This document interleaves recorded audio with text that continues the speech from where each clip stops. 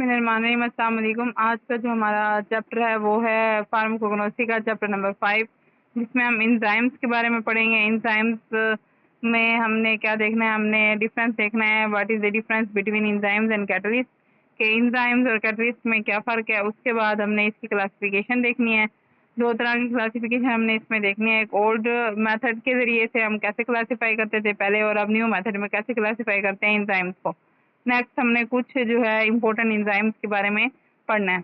अच्छा, इंजाइम्स के बारे में तकरीबन सब लोग ही जानते होंगे। इंजाइम्स क्या है? इंजाइम्स है बायोलॉजिकल कैटलिस्ट। ठीक है, बायोलॉजिकल मतलब लिविंग ऑर्गेनिजम्स के अंदर किसी भी रिएक्शन को स्पीड अप करने के लिए क्या यूज होते हैं? इंजाइम्स यूज होते हैं। ठीक है, और इंजाइम्स किससे मिलकर बनते हैं? प्रोटीन से।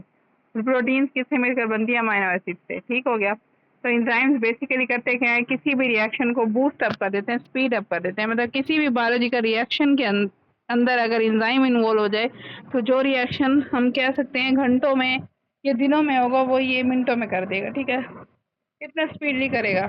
तो जैसे हमारे डाइजेस्टिव एंजाइम्स है बहुत सारे। ठीक है, तो डाइजेस्टिव एंजाइम्स में हमारे पेप्सिन आ गई जैसे, और भी हमारे पास काफ़ी सारे हैं। ठीक है, तो ये क्या करते हैं, ये हमारी खुराक को हजम करवाते हैं। ठीक है, अगर ये डाइजेस्टिव एंजाइम्स ना हो तो खुराक जो हम खाते हैं वो घंटों घंटों ऐसे के ऐसे पड़ी रहे।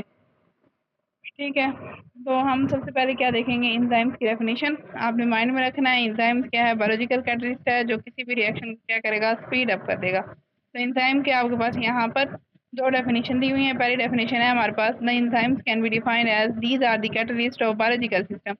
कि ये क्या है, कैटलिस्ट है, कैटलिस्ट के तौर पर एक्ट करता है बायोलॉजिकल सिस्टम में, मतलब लिविंग ऑर्गेनिजम्स के अंदर, मतलब जानदार के अंदर कैटलिस्ट के तौर पर काम करता है। मतलब that are produced by the living cell, और बन भी कहाँ पर रहा है, लिविंग सेल के अंदर, मतलब जानदार के सेल के अंदर। Which are capable of catalysing, जिसके पास कैपेसिटी है, कैपेबिलिटी है, खासियत है क्या करने की, catalysing the biological reaction. Catalysing मतलब boost up, speed up the chemical biological reaction. Next हमारे पास है दूसरी definition, the enzymes are the organic catalyst. अब अगर बात करें तो कैटलिस्ट हम बात कर रहे थे जो स्पीड अप कर रहा है। ठीक है, तो एंजाइम्स बेसिकली क्या है, ऑर्गेनिक कैटलिस्ट है, मतलब ऑर्गेनिक इन नेचर है। ऑर्गेनिक आपको पता है ऐसी चीज जो किससे मिलकर बनती है, कार्बन से।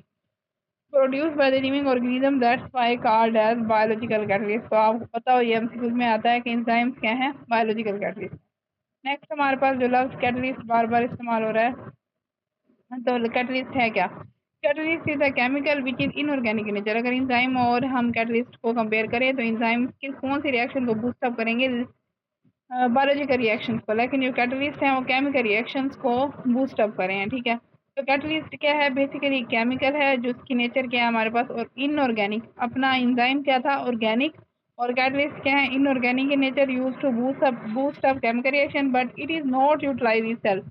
अगर फर्क की बात करें तो इंजाइम्स में अब यहाँ पर ये आपको फर्क पता चल गया है कि इंजाइम्स क्या है, बायोलॉजिकल बायोलॉजिकल कैटलिस्ट है, लेकिन कैटलिस्ट जो है बायोलॉजिकल कैटलिस्ट नहीं है। एंजाइम्स ऑर्गेनिक इन नेचर है, कैटलिस्ट जो है इनऑर्गेनिक इन नेचर है।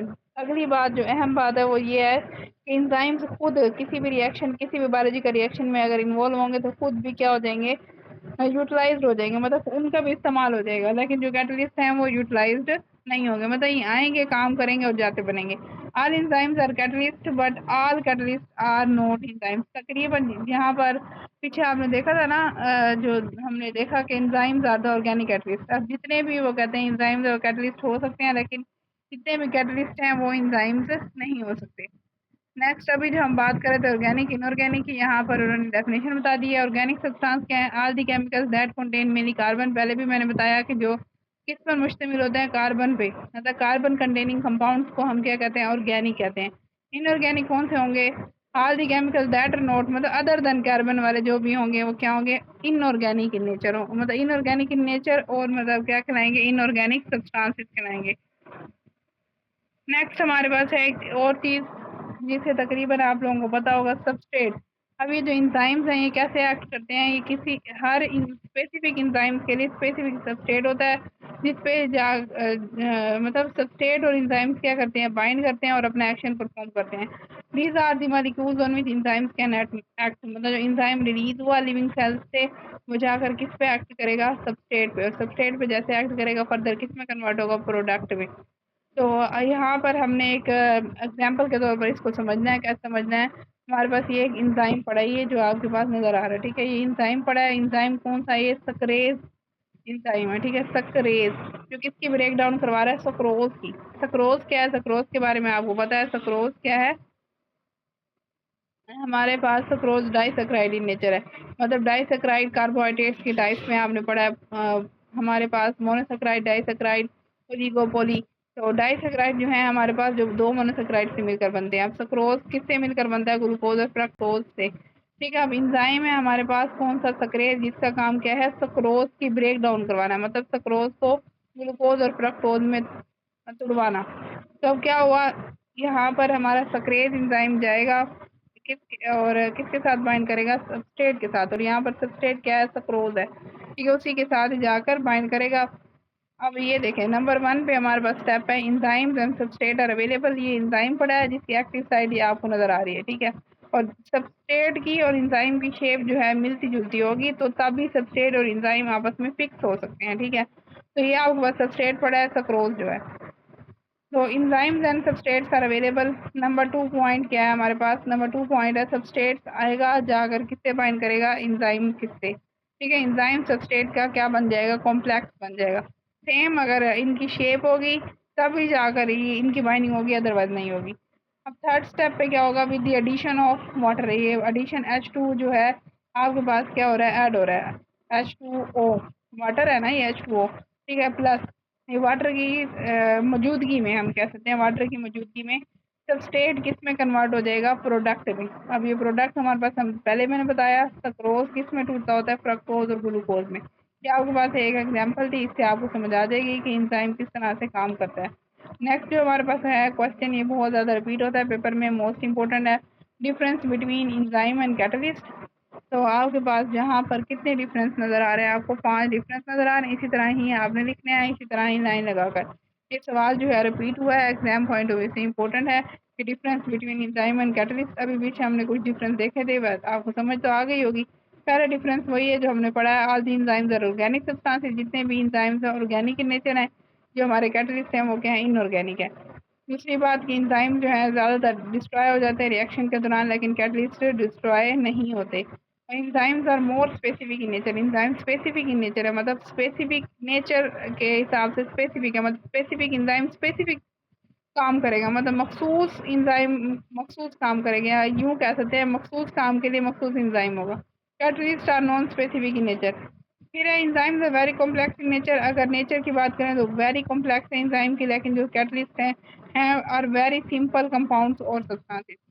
अगली बात जो है, speed of the enzyme reaction does not depend on the concentration of the enzyme. मतलब अगर आप चाह रहे हैं कि किसी भी रिएक्शन को बूस्ट ज़्यादा तेज़ करें, बहुत ज़्यादा, तो आप अगर चाह रहे हैं कि अगर हम एंजाइम बढ़ा लें तो रिएक्शन बढ़ जाएगा, ऐसा नहीं है। तो स्पीड ऑफ रिएक्शन जो है एंजाइम कंसंट्रेशन पे डिपेंड नहीं करता।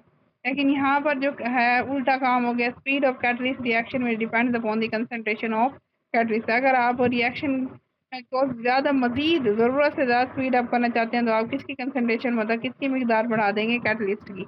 ये हो गए आपके पास डिफरेंस, जो कि मार्क कर लें, इंपॉर्टेंट लॉन्ग क्वेश्चन है एग्जाम पॉइंट ऑफ व्यू से। नेक्स्ट हमारे पास एक और क्वेश्चन है, इंपॉर्टेंट है, इसको क्वेश्चन नंबर 2 मार्क कर लें इस चैप्टर का।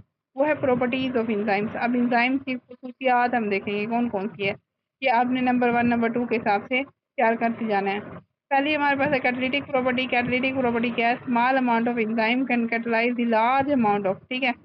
एंजाइम अगर स्मॉल अमाउंट है, मतलब एंजाइम की मिकदार कम है, सबस्ट्रेट की मिकदार ज़्यादा है, तो क्या हो जाएगा? रिएक्शन स्पीड अप हो सकता है, मतलब एंजाइम अगर कम भी है तो। Small amount of enzyme can catalyse the large amount of substrate in a biological reaction. Example के तौर पर सक्रोज वाली जो कि हमने अभी पीछे देखी थी।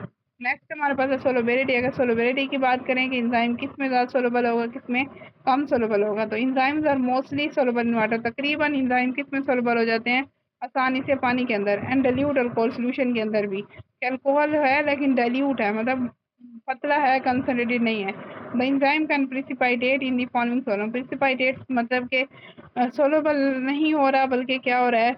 उसके ज़र्रात बन रहे हैं। किस किस के अंदर? कंसनट्रेटेड अल्कोहल के अंदर, अमोनियम सल्फेट के अंदर, और ट्राई क्लोरो एसिडिक एसिड। ये इंपॉर्टेंट है एमसीक्यूज के लिए, इसको एमसीक्यूज मार्क करें। तीसरी हमारी जो खसूसियात है वो एंजाइमेटिक प्रॉपर्टी। अब the velocity of the enzymatic reaction increases as the concentration of the substrates increases up to certain maximum.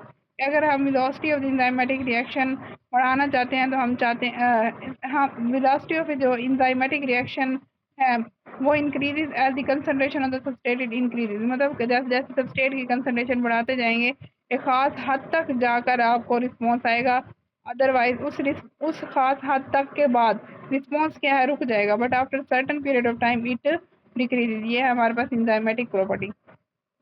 अगला है पीएच के किस पीएच पे इंजाइम क्या क्या फंक्शन परफॉर्म करेगा। ठीक है, तो दो तरह की पीएच होती है, एसिडिक और बेसिक और न्यूट्रल भी होती है। ठीक है, तो यहाँ पर जो है एसिड और बेसिक का बताया हुआ है।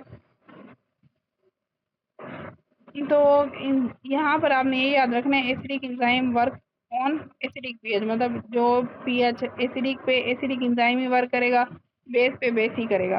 तो अगर एसिडिक एंजाइम बेस पे जाएगा तो क्या हो जाएगा, डीएक्टिवेट हो जाएगा। बेस अगर एसिडिक पे आएगा तो डीएक्टिवेट हो जाएगा, यही बताया हुआ है।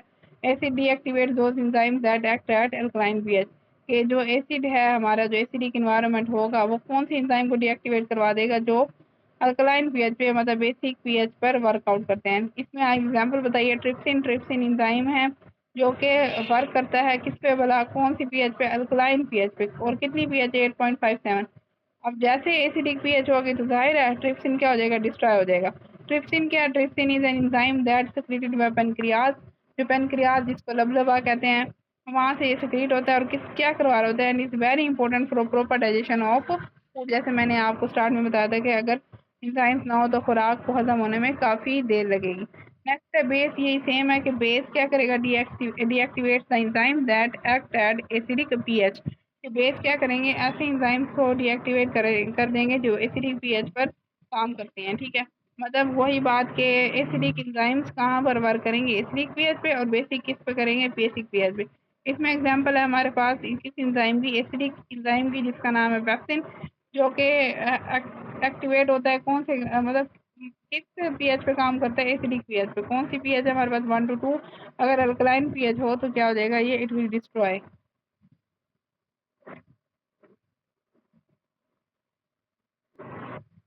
यहाँ पर आपको स्केल दिखाया हुआ है, देखें, न्यूट्रल का, एसिडिक का और बेसिक का। अब सेंट्रल पॉइंट हमारे पास क्या है, 7। 7 पीएच पे हमारी चीज जो है क्या होगी, न्यूट्रल होगी। इसमें देखें आपको क्या क्या चीज़ें नज़र आ रही है, मिल्क और ब्लड आपके न्यूट्रल है। अब बिलो 7 पे चले जाओ, बिलो 7 पे आपको चीज़ें नज़र आ रही हैं जो कि आपके पास एसिडिक है, जिसमें बनाना है, एप्पल है, लेमन है, हाइड्रोक्लोरिक एसिड सबसे 0 पे। मोर एसिडिक, मोस्ट एसिडिक जो है हाइड्रोक्लोरिक एसिड, जो स्ट्रॉन्ग एसिड जिसको बोलते हैं। अब अबाउट 7 जैसे जैसे जाते जाओ आपकी चीज़ क्या होती जाएगी, अल्कलाइन होती जाएगी। जिसमें आपके पास एग्जाम्पल है बेकिंग सोडा की।